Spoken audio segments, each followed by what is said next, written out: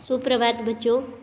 आज हम कक्षा 8 का इतिहास विषय का पाठ 4 आदिवासी, दिकू और एक स्वर्ण युग की कल्पना का पहला प्रकरण जनजातीय समूह की गतिविधियाँ। जनजातीय समूह मतलब आदिवासी लोग। ये आदिवासी लोग अपनी आजीविका कैसे चलाते थे, वो क्या क्या कार्य करते थे, कैसे रहते थे, उनका क्या खाना पीना था, इन सब के बारे में हम पढ़ेंगे।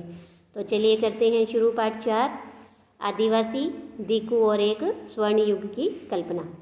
1895 में बिरसा नाम के एक आदमी को झारखंड में छोटा नागपुर के जंगलों में और गांवों में घूमते हुए देखा गया। किसे? बिरसा को।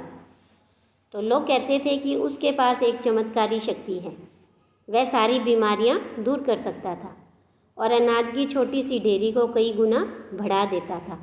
बिरसा ने खुद यह ऐलान कर दिया था कि उसे भगवान ने लोगों की रक्षा और उनको दिकुओं की गुलामी से आज़ाद कराने के लिए भेजा हुआ है। तो यहाँ दिकू से मतलब है कि उनके जनजाति समूह से आदिवासी के अलावा उनसे बाहर के जो लोग थे उन्हें उन्होंने दिकू कहा। जैसे अंग्रेज़ जो भारत में आए वो अत्याचार कर ही रहे थे, या जो महाजन हैं या जो ब्याज पर पैसा देते थे वो लोग, वो क्या करते थे, इन आदिवासियों को परेशान करते थे, है ना। तो उनको ये उन्होंने दिकू कहा है कि उनकी गुलामी से आज़ाद करने के लिए बिरसा को भगवान ने भेजा है। ये उसने खुद ऐलान किया था ऐसा कि दिकुओं की गुलामी से आज़ाद कराने के लिए भगवान ने मुझे भेजा है। तो कुछ समय के भीतर हजारों लोग बिरसा के पीछे चलने लगे। वे उसे भगवान मानते थे। उन्हें यकीन था कि वह उनकी समस्याएं दूर करने आया है। तो चलिए हम देख लेते हैं बिरसा के जीवन के बारे में कि बिरसा का जन्म एक मुंडा परिवार में हुआ। मुंडा एक जनजातीय समूह है जो छोटा नागपुर में रहता है। बिरसा के समर्थकों में इलाके के जो दूसरे आदिवासी थे जैसे संथाल और उरांव, ये भी शामिल थे। ये सभी अपने आसपास आ रहे बदलावों और अंग्रेजी शासन के कारण पैदा हो रही समस्याओं से बेचैन थे। उनकी परिचित जीवन पद्धति नष्ट होती दिखाई दे रही थी और आजीविका खतरे में थी और धर्म भी है वो छिन भिन हो रहा था। तो देखो यहाँ उनकी परिचित जीवन पद्धति मतलब कि आदिवासी कहाँ रहते हैं, जंगलों में ज़्यादा रहते हैं। तो उनके लिए उनकी आजीविका का मुख्य साधन क्या था? जंगल से मिलने वाली औषधियाँ, जड़ी बूटियाँ, फल फूल, इनको वो खाते थे, उनका बेचते थे उनको। तो इस तरह से उनकी आजीविका का महत्वपूर्ण साधन था जंगल, और उनका ये जो जीवन पद्धति है वो अब नष्ट होती दिखाई दे रही थी। तो इन चीज़ों से वो परेशान थे। तो बिरसा किन समस्याओं को हल करना चाहता था, जिन्हें दिकू कहा जा रहा था कि यानी बाहरी लोग। तो ये बाहरी लोग कौन थे? उन्होंने इलाकों के लोगों को गुलाम कैसे बना लिया, इन आदिवासियों को गुलाम कैसे बनाया, अंग्रेज़ों के राज में आदिवासियों के साथ क्या हो रहा था, आदिवासियों का जीवन अब किस तरह से बदल रहा था। इस पाठ में हम इन्हीं सवालों पर विचार करेंगे। तो यहाँ देखो एक ये चित्र आपको दिखाई दे रहा है। यह है उड़ीसा के डोंगरिया कंद कबीले की महिलाएं जो बाजार जाते हुए नदी से गुजर रही हैं। तो आगे पढ़ते हम। पिछले साल आपने आदिवासी समाज के बारे में पढ़ा था। ज़्यादातर कबीलों के रीति रिवाज और रस्में ब्राह्मणों द्वारा निर्धारित रीति रिवाजों और रस्मों से बहुत अलग थी। यानी आदिवासियों के जो रिवाज हैं और वो ब्राह्मणों के जो रीति रिवाज हैं उनमें बहुत अंतर होता है। तो इन समाजों में ऐसे गहरे सामाजिक भेद भी नहीं थे जो जाति पर आधारित अन्य समाजों में दिखाई देते हैं। यानी जो अन्य दूसरे समाज हैं उनमें जातिगत भेदभाव, छुआछूत, ऊंच नीच ये होता है, लेकिन आदिवासी के जो समाज हैं उनमें ऐसी चीज़ें नहीं होती हैं। यानी उनमें सामाजिक भेदभाव ज़्यादा नहीं होता है। एक कबीले के सारे लोग कुटुंब के बंधनों में बंधे होते थे, यानी परिवार मानते थे वे अपने आप को। लेकिन इसका मतलब भी नहीं है कि आदिवासियों के बीच कोई आर्थिक और सामाजिक फर्क नहीं था। यानी आदिवासियों में भी आर्थिक तौर पर यानी कुछ उच्च वर्ग के और कुछ निम्न वर्ग के लोग होते थे, लेकिन जातिगत भेदभाव नहीं था।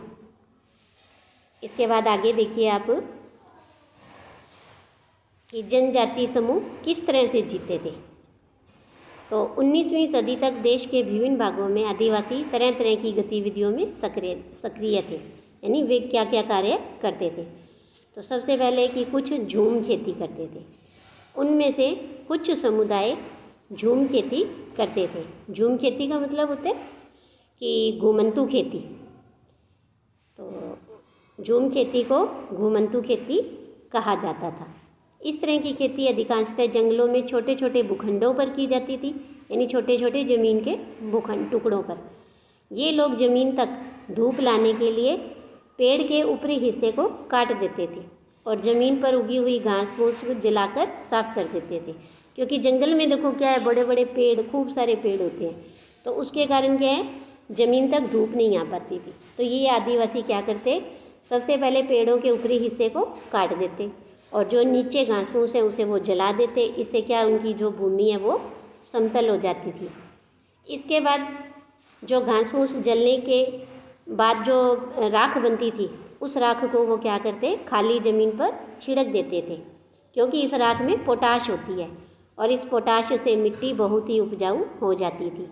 वे कुल्हाड़ों से पेड़ों को काटते थे और कुदालों से ज़मीन की ऊपरी सतह को खुरच देते थे और खेतों को जोतने और बीज रोपने की बजाय उन्हें बस खेत में बिखेर देते थे।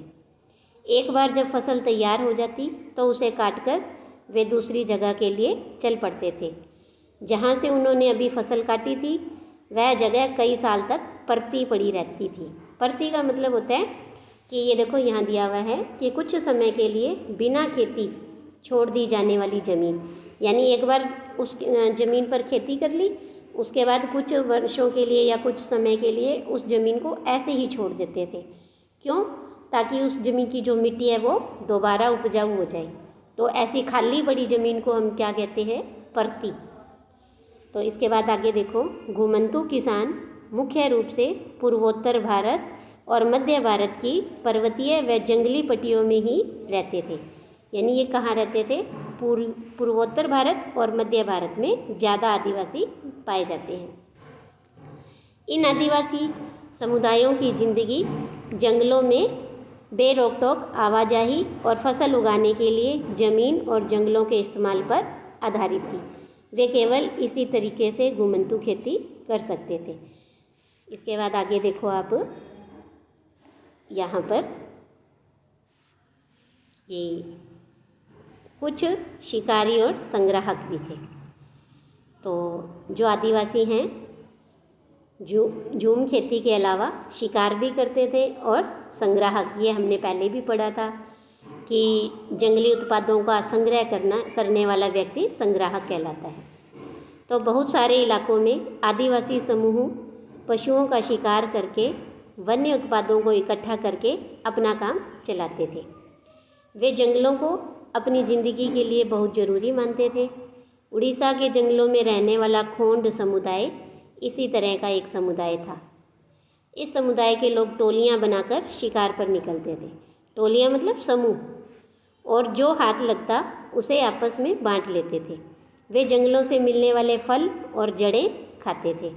खाना पकाने के लिए वे साल और महुआ के बीजों का तेल इस्तेमाल करते थे।